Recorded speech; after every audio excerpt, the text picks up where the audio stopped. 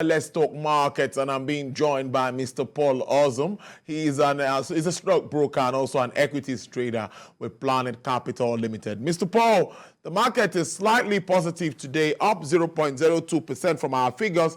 Were there any changes before the end of trading? Take us through the pattern for the day. Okay, the market gained 0.02%, trading at as much as 1.8 billion naira worth of securities today. The activities in the market centered on Unit Bank, GT Bank, MTN, and Nestle. That was where 2/3 of the money spent in purchasing securities today was spent.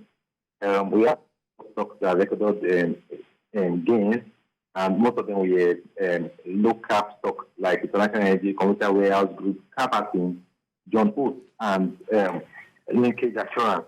For International Energy Insurance, the stock has been on technical suspension by the exchange for failing to meet up with regulatory filings, which they have done. They met up quite up to date, and the exchange just lifted the suspension, so investors are speculating on the stock.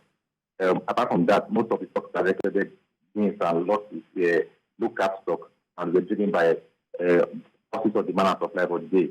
At the moment, investors are anticipating the publishing of the full year, or undetailed full year financials of companies, which is expected before the end of this month. We're already in dividend season. We expect that between the months of February and March, most companies will announce their audited results, and investors are already taking positions for those companies that we anticipate to release good dividends. Also, investors are also looking at the economic figures. Investors are looking at what's happening in money market space, where rates the money market declined significantly last week in the central bank for the OGB auction. And we're also looking at, also mindful of what's happening from inflation. We can see that inflation numbers are peaked, and we're recording a marginal decline in inflation rate. Investors are also anticipating that, also watching the events taking place in the political space. These are the events taking place in the market at the moment.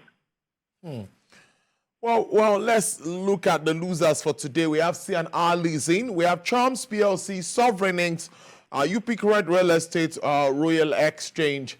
What are you telling investors at this time, considering this flip-flop we're seeing at the exchange? Well, these securities you mentioned that recorded losses, the level of liquidity in those securities are quite low.